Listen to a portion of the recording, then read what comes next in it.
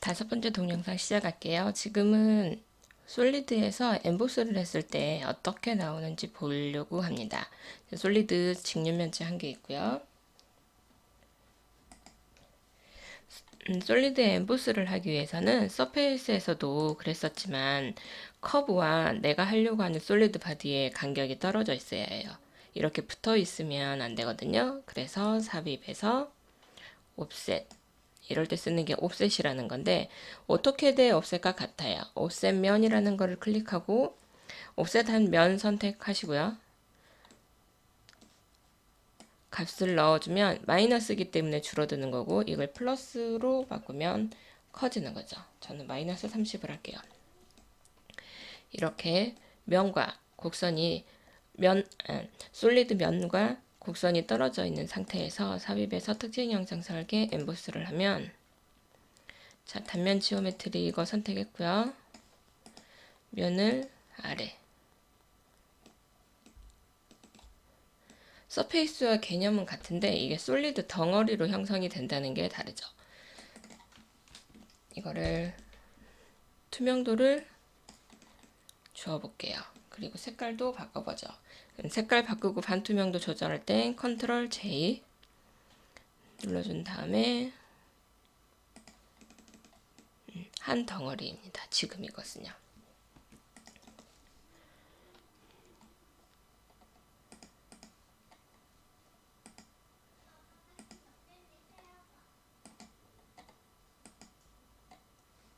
지금 이거는 위에 초록색이 색이 바뀌지 않아서 설정 값에서 선택한 바디 모두 면의 적용을 클릭을 파란색으로 적용. 다 바뀌었죠? 이렇게 바뀌어주면 돼요. 이게 솔리드에서 옵셋을 하는 거고요. 다음 명령어 볼게요. 특징 영상 설계에서 슬롯. 슬롯이라는 게 뭐냐면 관통을 하거나 이런 형상을 만들어내는 건데 직접 보도록 하죠. 슬롯 유형을 흔하게 직사각형 할게요. 평면 배치할 면 선택하고요. 뒤집어서 바닥면에다 할게요. 위에는 엠보스 돌출면이 있으니까 참조면을 선택하라고 있어서 참조면 하나를 선택을 합니다. 그러면 화살표가 나왔죠? 이 방향으로 무언가 형상이 만들어진다는 거예요. 길이는 50, 폭은 30, 깊이는 10. 무엇인가가 보인가요? 자, 이거 많이 봤던 거죠? 직교. 이 거리값은 100 넣고요. 여기 거리값은 60. 자, 그러면 그 위치에 이렇게 형상이 생기는데 포켓과 비슷하다고 볼 수 있는데 다른 점이 뭐냐면 슬롯은 이렇게 장열 모양으로 뚫린다는 게 지금 다른 거예요. 다른 형상을 한번 보도록 하죠. 특징 영상 설계에서 슬롯에서 볼끝, 이번에 똑같이 배치면 선택하고 수평 참조면 선택하고 똑같이 50에 30에 10. 자, 이거는 볼의 직경이 50이면 깊이가 이것보다 더 커야 돼. 값이 많이 커야 되나 봐요. 이렇게. 자, 지금 이거를 아까 길이 방향 제가 찍어두면 이게 지금 R 모양이죠. 그렇기 때문에 여기서부터 여기에 폭 값과 이 R 값이 영향이 있는 거죠. 이 폭의 R 값과 다르면 이게 형성이 되지 않는 게 있어서 값을 넣을 때 이런 잘못 넣으면 에러가 떠요. 그러면 다시 한번 넣어주면 돼요. 삽입의 특징 영상 설계 슬롯. U 슬롯 한번 보죠. U 슬롯. 면 선택하고요. 수평 참조면 선택했고요. 50에 폭을 30, 깊이는 30, 코너 반경은 5로 하죠. 길이는 60. 자, 처음에 했던 볼과 그냥 슬롯의 차이가, U 슬롯의 차이가 어떻게 보면 이거에 처음에 했었던 직사각형 슬롯에 코너 알이 있는 형상이라고 보셔도 될 것 같아요. 이렇게 넣어놓고 나중에 여기다가 블렌드 넣어주는 모서리 블렌드 해가지고 R 넣어주면 결국엔 저 형상이 될 것 같거든요. 어때? 똑같죠? 이런 게 있고 삽입에서 특징 영상 설계 슬롯에서 디테일 이런 게 조금 달라요. 한번 보죠. 배치할 면 선택했고 수평 참조 면 옆면 선택했고요.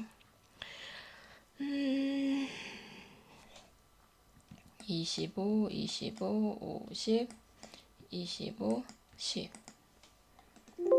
여기서부터는 이제 값에 대해서 이렇게 그런 게 있어요.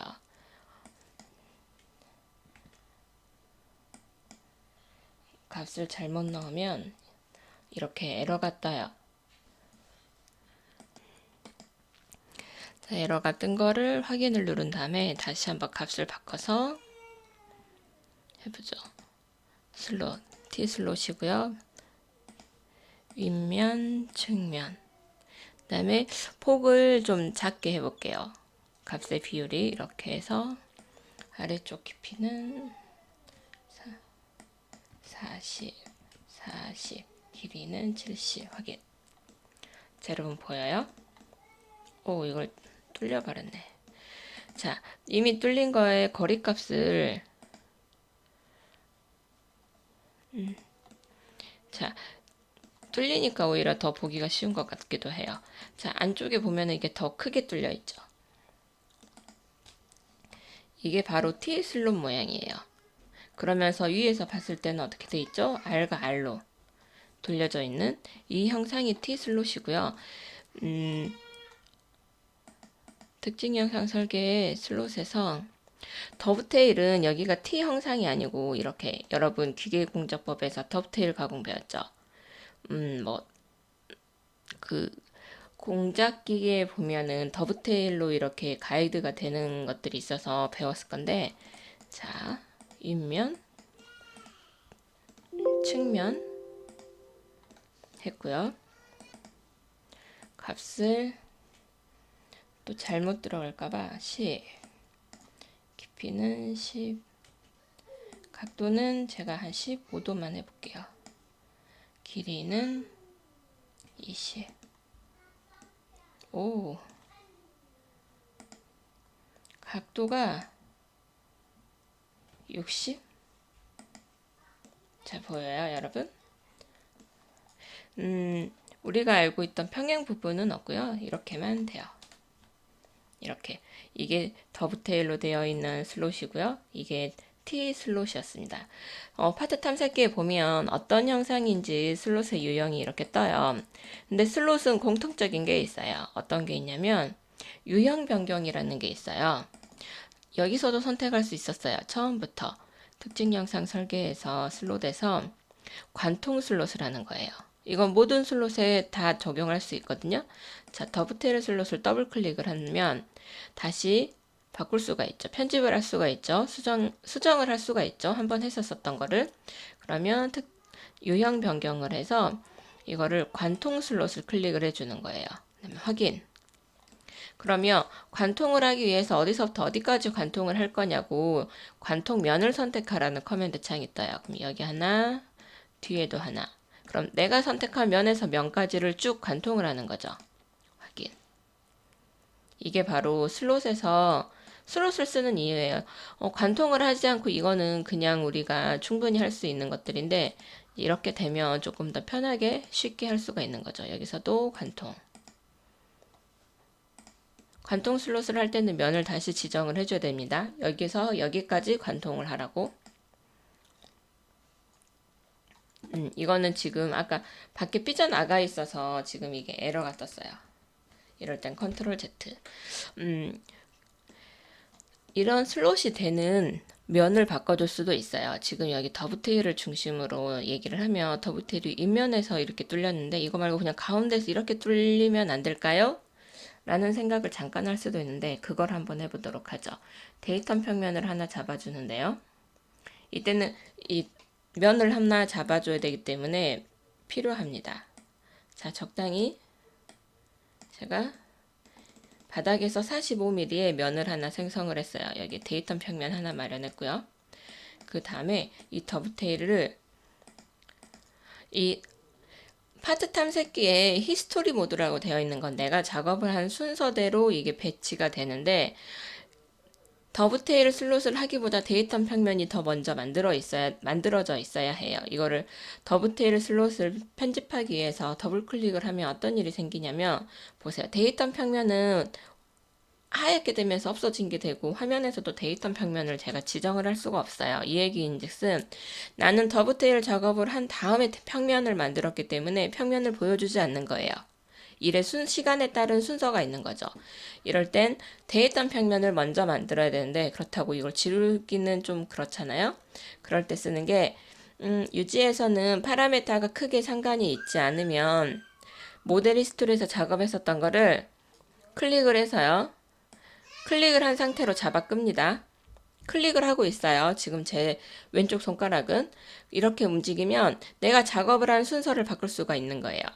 자, 저는 데이터 평면을 슬롯을 시작하기 전 시간에다가 넣으려고요. 그럼 전 어떻게 됐냐면, 이 직사광 슬롯을 처음 슬롯이 처음이었는데, 이 작업 전에 저는 이미 평면을 만들었던 거죠. 그래서 더블탭 슬롯을 더블 클릭을 해도 여기 보면 데이터 평면이 남아있고요. 여기 보면 평면도 그대로 남아있는 거죠. 여기에서 재첨부를 클릭을 하면 면 선택이 나오는데, 지금 저는 이면을 선택했기 때문에 이면에 대해서 더브테일 형상이 있는 거고, 새로 만든 이 데이터 평면을 클릭. 그래서 확인. 어때요? 이렇게 그냥 뚫린 구멍이 되는 거죠. 방향도 바꿔줄 수 있어요. 어떻게? 더블 클릭해서요. 재첨부 눌러가지고 반대쪽. 확인. 자, 더블 클릭을 했었을 때 특징 영상 다이얼로그는 이 더브테일 형상의 치수를 바꿔주는 거예요.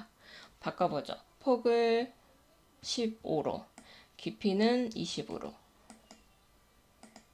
이런 값을 바꿔주는 거고요. 이거의 위치나 아까 봤었던 그런 방향은 특징 형상 다이얼로그가 아닌 재첨부에서 수정을 해주면 됩니다. 유형 변경은 지금 이거를 바꿔주는 거고요. 이게 슬롯에서 가장 큰 좋은 점이에요.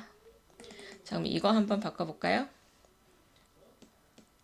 이거는 모서리 블렌드를 넣은 거기 때문에 이거는 삭제를 하고요. 자, 여기서 재첨부를 저는 이 평면으로 할게요. 확인. 어때요? 위에 지금 가운데가 뚫려 있으니까 지금 보이게 옆에서는 안 보이지만 이렇게 뚫려 있는 거죠. 여기 보면 뚫려 있죠? 안쪽에. 이렇게 슬롯은 작업을 할 수가 있습니다.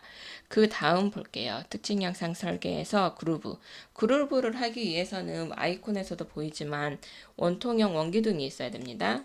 원통형 원기둥을 모델링을 하기 위해서 저는 무엇을 할 거냐면 돌출. 우리 배웠었던 거 뭐였죠? 리볼브 할 때 성가선 하나만 있으면, 성가선 두 개만 있으면 원기둥을 모델링을 할 수 있어요. 삽입에서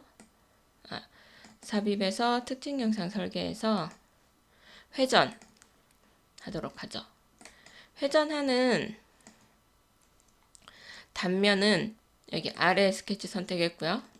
축은 어디 선택할 거냐면 이 모서리를 중심으로 이렇게 보이죠?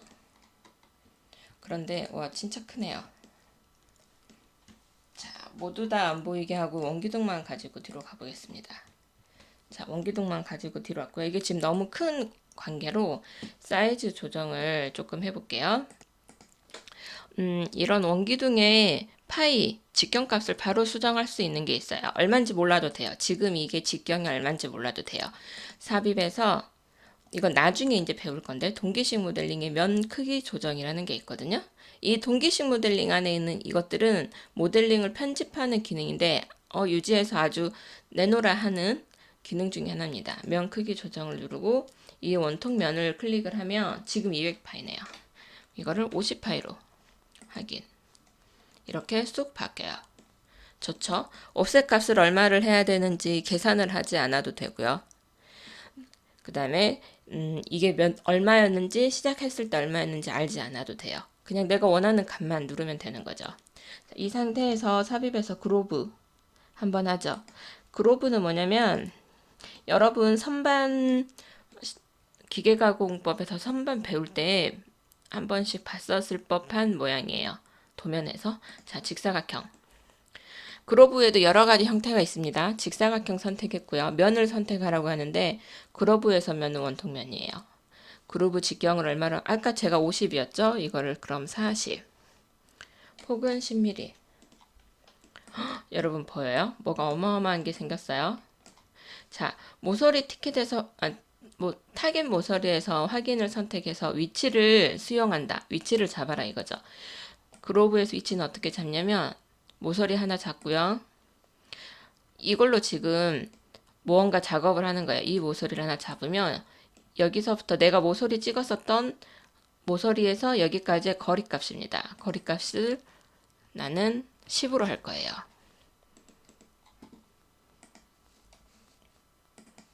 그러면 어때요? 제가 아까 폭을 10 줬죠? 여기서 여기까지 거리도 10이고 여기서부터 여기에 거리도 10이고 10 거리에 원통의 파이는 얼마냐? 제가 지정한 값이겠죠. 얼마죠? 직사각형 그루브를 더블 클릭을 해서 보면 더블 클릭을 하면 여기 거리값은 40이에요. 여기에서 이 거리값 수정할 수 있겠죠. 당연히. 이렇게 됩니다. 다른 그루브도 한번 보죠. 삽입해서 특징 영상 설계 그루브에서 볼끝 이면 선택하고요. 똑같이 40으로 할게요. 10mm. 자, 여러분 처음에 했었을 때 봤지만 지금 보이는 이 큰 거는 뭐다? 아, 이 큰 거는 여기 만들어져 있는 데에서 이거를 제거하기 위한 형상이구나 라는 걸 여러분이 이제 알 수 있겠죠? 50. 아, 직사각형 글로브는 여기가 이렇게 직사각 형태였다면 볼 끝은 여기가 이렇게 R로 되어 있어요. 자, 그럼 내가 넣었던 아까 파이 값은 어디일까요? 파이 값은 바로 볼의 가장 작은 미니 가운데 센터가 40이라는 거죠. 그럼 누군가가 질문할 수 있겠죠? 선생님, 교수님, 이 R값은 얼마예요? 이 R값은 얼마다? 내가 지정한 이 폭의 절반 나누기 이 값이겠죠. 자, 삽입해서 특징 영상 설계해서 다음 그루브, U 그루브 한번 보죠. 어떤 영상일까요? 여기서부터 여기까지 이번에는 80. 직사각형 슬롯에 R을 넣어준 형상이라고 볼 수 있겠네요. 당연히 특징 형상 다이얼로그에서 코너 반경이랑 폭값, 코너 반경 값도 조정할 수 있겠죠? 이렇게요. 이게 그루브였습니다. 그럼 그루브를 한 김에 바로 다음 거 한번 할게요. 상세 특징 영상에서 스레드 한번 할게요. 이게 뭐냐면 순나사 앞나사를 모델링을 하는 건데 앞나사는 모델링이 되지 않고 선만 두 개 나타나요. 이거는 주로 순나사를 모델링 하려고 할 때 많이 쓰는 건데요. 스레드 한번 보게요. 자, 순나사를 모델링을 하기 위해서는 상세를 클릭을 해줘야 되고요. 오른쪽 방향 회전인지 왼쪽 방향 회전인지도 지정을 하라고 떴죠. 그 다음 이 원통면을 클릭을 해줍니다. 이 지금 파이가 50이니까 어떻게 보면 M50짜리 순나사를 지금 모델링하고 있는 거예요.